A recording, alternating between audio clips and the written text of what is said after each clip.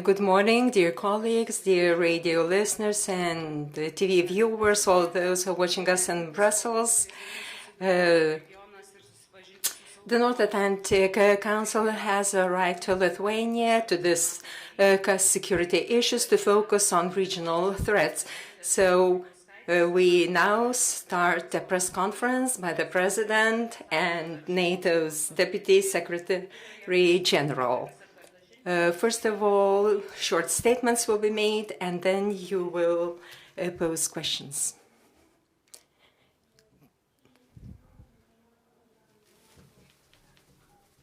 Good morning, everyone. Today, for the first time, the North Atlantic Council ambassadors are visiting Lithuania for a series of meetings to discuss the main threats to Lithuania, to the region, and that is the best to be done precisely on the spot. As you see, we have declared today a day of mourning.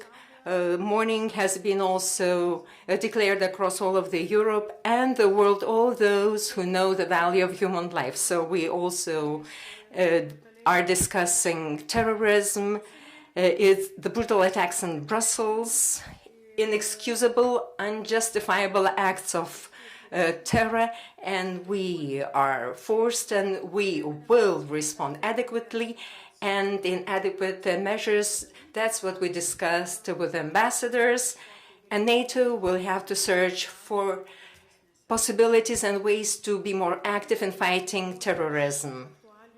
And it will be among the main matters to be discussed what we will do at the NATO summit in Warsaw. So today we discussed the issues in the region, the threats arising to our region, also to all the Baltic states. First of all, we spoke about the Russian military doctrine, which is directed against Lithuania and all NATO countries, about the military might that Russia demonstrates across the region and its unpredictable behavior, also about the huge military buildup on our borders, and these forces are ready to attack. So we will seek more defense and deterrence measures. We will seek to agree that in each Baltic state there would be an increased presence of NATO troops, a battalion in each Baltic state, also brigade-sized military equipment unit. We also will seek anti-missile and air defenses that should prevent military isolation of the Baltic states and the region. Also, we need to renew our defense plans. They have to be tailored to the changing situation. It is also necessary to accelerate the decision-making process, which should ensure a more rapid and adequate response by NATO to aggression. Our interest that is common to all is to have a NATO that is well prepared, fit, and ready to react adequately to the threats that arise. We want to have a strong alliance, and it will be so when all of its member states will be strong and when we will be able to ensure the security of each allied nation. Therefore, Lithuania has made the necessary steps. Each year we are increasing our defense spending. We have re-established a conscript army, and last year we established a rapid response force in Lithuania. We are upgrading our military forces, so we are doing our homework, and we hope that in Warsaw we will be able to make joint decisions, common decisions that will be useful for all the countries, the region, and that will ensure the security of all allied nations. Thank you. Mr. Deputy Secretary General, please. President Grybauskaitė, it's great to be back in Lithuania. On behalf of the North Atlantic Council, I thank you for your warm welcome and for Lithuania's strong commitment to the alliance. And as a resident of Brussels, let me also thank you for the solidarity you've expressed today.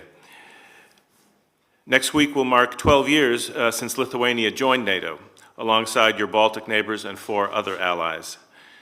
And in this relatively short time, you've made major contributions to our shared security. Lithuanian troops help build security in Afghanistan and Kosovo. You host the Energy Security Center of Excellence here in Vilnius. And your commitment to boost defense spending in the years ahead shows great leadership.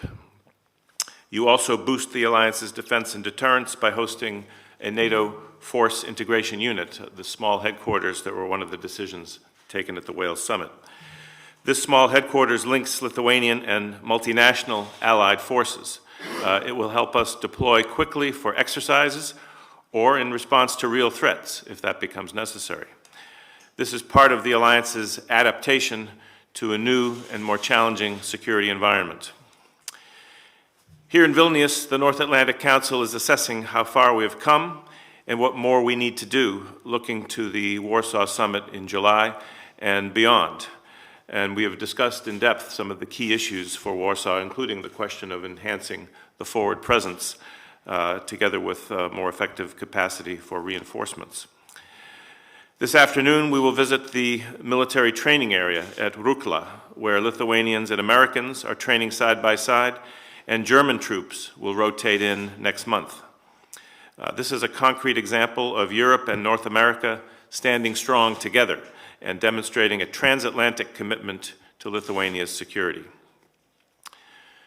26 years ago this month, Lithuania declared its independence from the Soviet Union. Today, Lithuania is in NATO, and NATO is in Lithuania. And together, we're committed to ensuring you will never lose your freedom again. Thank you very much, and I look forward to your questions. Dabar jūsų klausimai su šiandien susitikimu susiję, tai klausti norėjo Banesas, taip? Vaidotas Benišis, Baltic News Service. I have a question to Mr. Vershbow. Yesterday, Russian Foreign Minister called to unite efforts to fight terrorism and to end what he called geopolitical games. Do you think that after Brussels attacks, the cooperation between NATO and Russia could change in some way? Ir pone prezidente, ir jūsų galbūt būtų įdomi nuomonė, ar gali paintensyvėti bendradarbiavimas tarp NATO ir Rusijos po tokių teroro išpuolių bendrai kovojant su terorizmu, ar tai keltų kažkokių grėsmių, kad dėmesys nukryptų nuo kitų vietų, nuo Ukrainos, nuo mūsų regionų? Well, I think all of our nations would like to cooperate more with Russia against terrorism, but there's a number of questions. First of all, we've been asking ourselves ever since Russia's intervention in Syria whether Russia is really committed to fighting the same enemies that we are, because it seemed to us that the objective of Russia's intervention was more to support the Assad regime than to go after Daesh. But clearly, Russia itself faces threats of terrorism from within, in the North Caucasus in particular. So I hope that the diplomatic contacts underway can bring our positions closer together. But Russia also poses this question as if we should cooperate against terrorism and end our measures that have been taken in response to their aggression against Ukraine. And we're not going to make any kind of trade-off. Russia has undermined the basic principles of the European security system with its aggression. And even if we can collaborate more against terrorism, we're not going to abandon our firm response to that aggression and the illegal annexation of Crimea in particular. The common threats that we face are truly common, that they cannot overshadow other problems that we observe in the behavior of Russia. We cannot exchange one threat for not seeing other problems. Your question concerned the overshadowing the security problem of our region, so we will not allow this to happen. Our concerns will not be overshadowed, and we will do everything that the security of our region will be ensured by all possible means. We are ready to cooperate with those who fight terrorism, truly fight terrorism, and not those who only speak about it. Klausimas abiems.